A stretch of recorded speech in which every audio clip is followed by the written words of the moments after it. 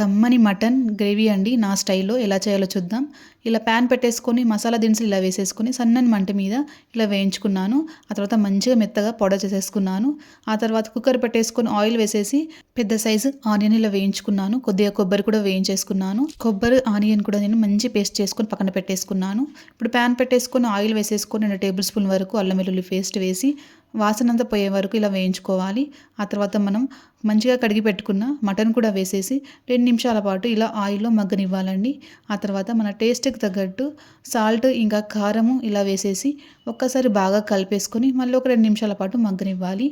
ఆ తర్వాత కొద్దిగా పసుపు, మనం పేస్ట్ చేసుకొని పెట్టుకున్న మసాలా కూడా వేసేసి ఇలా ఒకసారి బాగా కలిపేసి క్యాప్ పెట్టేసుకొని ఒక 5 నిమిషాల పాటు మగ్గనివ్వాలి. కొంచెం ఆయిల్ అంతా మీదికి వచ్చేంత వరకు. ఇంకా కొద్దిగా వాటర్ కూడా వేసేసి ఇప్పుడు మూత పెట్టేసి 4 విజిల్స్ ఉడకనిచ్చాను. ఆ తర్వాత కొద్దిగా కొత్తిమీర చల్లుకుంటే సరిపోతుంది.